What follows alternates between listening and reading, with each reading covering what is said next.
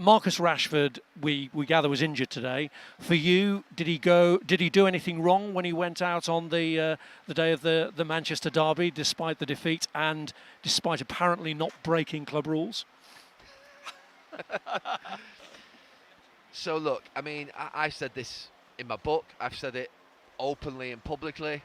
If we lost a match, any match, forget Manchester derby. I mean, Manchester derby we wouldn't be seen for a week, 2 weeks. But if we lost a match, night outs were cancelled. Simple as that.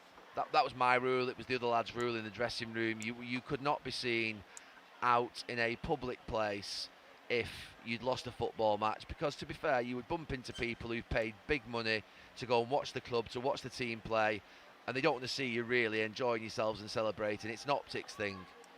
So I'm all for lads enjoying their lives and getting on with their lives, but maybe that's just a night to sort of, if you like, have a takeaway, maybe have a glass of wine, bring your friends round to your house. Just optically, it's not obviously great, I don't think, if you're basically seen out in a nightclub in Manchester after a derby loss. I don't think it's right.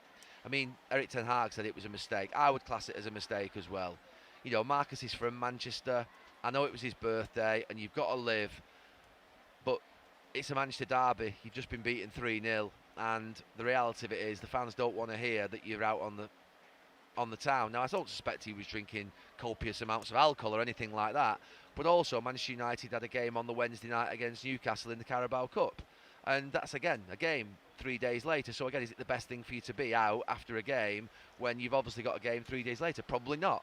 So, on a couple of fronts, I would probably say that Marcus, in a different sort of what would be moment, would reflect upon that and say, no, I'm not going to do that again.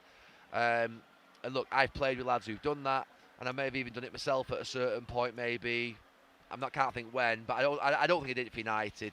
But I maybe did it with England when we went out after, if we went out of a tournament, we'd go and have a drink that night. But it would be within the team hotel. In fact, I never did that actually, so I'm correcting myself because I wouldn't do.